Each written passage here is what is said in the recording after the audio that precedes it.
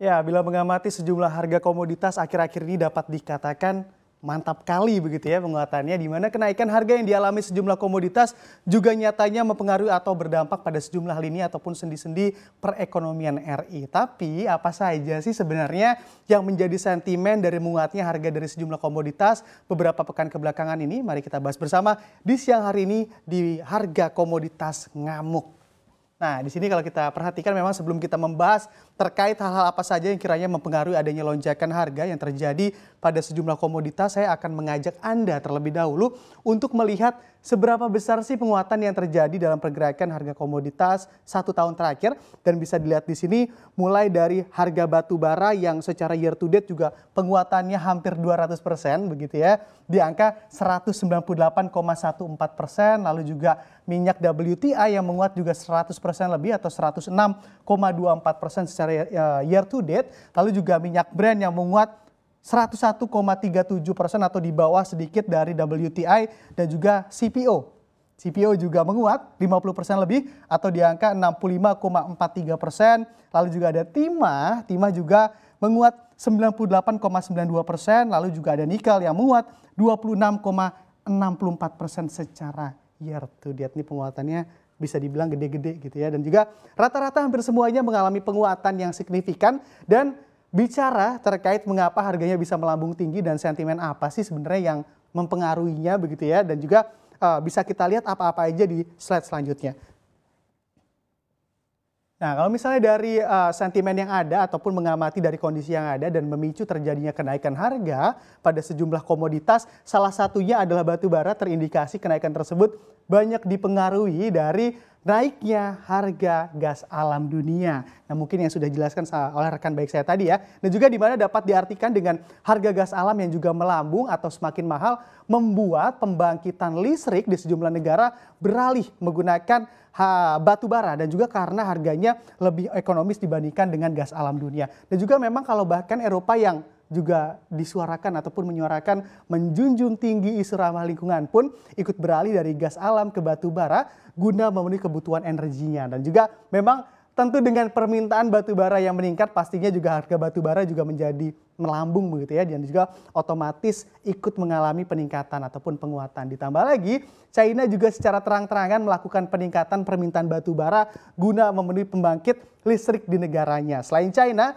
kenaikan permintaan batu bara juga diutarakan oleh Korea Selatan dan juga Eropa pastinya, yang kini juga sedang dalam kondisi terancam masuk dalam krisis energi karena melonjaknya harga gas alam di kawasan tersebut. Selain itu, komoditas dari minyak mentah ataupun CPO juga ikut berkorelasi positif dengan harga begitu minyak mentah ini, di mana pada saat ataupun harga minyak mentah mengalami penguatan, tentu harga CPO pun cenderung ikut terdampak pula. Lalu juga memang ataupun ikut mengalami penguatan. Hal ini dikarenakan CPO adalah bahan baku biodiesel yang menjadi substitusi dari bahan bakar minyak mentah yang ada. Perlu diperhatikan pula kenaikan yang ada ataupun kenaikan harga sejumlah komoditas ini juga tak lepas dari mulai bangkitnya perekonomian sejumlah negara dari dampak COVID-19 ataupun yang dicerminkan dari adanya pelonggaran dari pembatasan sosial yang mulai longgar. Seraya membuat permintaan bahan bakar pun juga ikut terjadi peningkatan. Selain itu, masuknya musim dingin di negara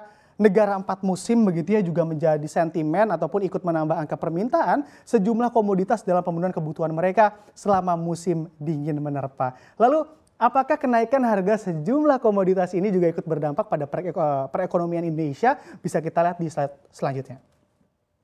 Nah, kalau misalnya kita lihat di sini memang ataupun dari data yang dipublikasikan mengamati dampak yang ditimbulkan dari naiknya sejumlah harga komoditas, tentu Indonesia menjadi negara yang sangat terdampak atas kondisi ini.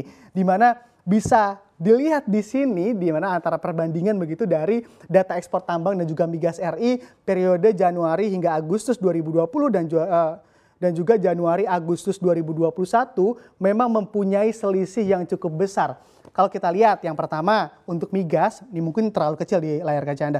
Ini migas, di sini memang penguatannya ataupun selisih perubahannya antara Januari dan juga Agustus 2020-2021 hingga mencapai 51,78% perbedaannya. Lalu juga ada tambang. Ini tambang juga menarik. Di sini selisihnya ataupun angka perubahannya juga cukup besar di angka 61,53%. Lalu diikuti juga pada pertanian yang paling kecil begitu ya perubahannya mencapai 7,52%. Lalu juga ada industri yang dimana memang perubahannya berubah ataupun mengalami pertumbuhan di angka 34,12%. Nah ini memang menjadi negara yang memiliki batu bara yang berlimpah begitu ya. Tentu Indonesia cuan banyak dari kondisi ini. Tapi juga jangan lupa ataupun jangan terlena begitu apabila batu bara diekspor secara besar-besaran. Hati-hati, bukan tidak mungkin juga lambat laun batu bara kita pun akan habis. Sedangkan negara kita juga masih membutuhkan batu bara dalam pembangkitan listrik nasional. Lalu bagaimanakah proyeksi dari terjadinya ataupun kenaikan harga sejumlah komoditas ini? Bisa kita lihat di slide selanjutnya.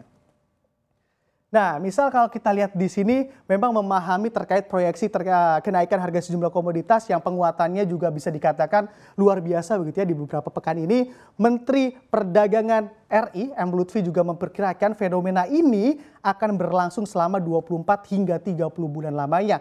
Mengingat hal ini juga kalau dihitung memang harga terus melesat begitu hingga 2022 ataupun di tahun depan. Di sini memang setidaknya masih akan menguat hingga September begitu ya. Berarti September 2022 mendatang. Namun perlu diwaspadai juga penguatan pada sejumlah komoditas akan terganjal juga apabila kebijakan fiskal dari negara-negara maju juga mulai melakukan adaptasi dengan kondisi yang ada. Lalu juga seperti halnya tapering yang digaungkan oleh Bank Sentral Amerika Serikat ataupun The Fed. Nah, di sini juga akan mempengaruhi pelemahan harga sejumlah komoditas. Lalu juga memang seperti yang telah saya sampaikan di slide sebelumnya, di mana dengan kondisi ini tentu Indonesia juga memiliki momentum begitu ya untuk mendorong dari ekspor komoditas andalannya yakni batu bara. Maka dari itu, Mendak juga optimis bahwa periode dari komoditi super cycle kali ini akan mendatangkan dampak yang positif bagi tanah air ataupun bagi Indonesia. Dan yuk Indonesia, pandemi berakhir, ekonomi juga bangkit dan juga bertumbuh.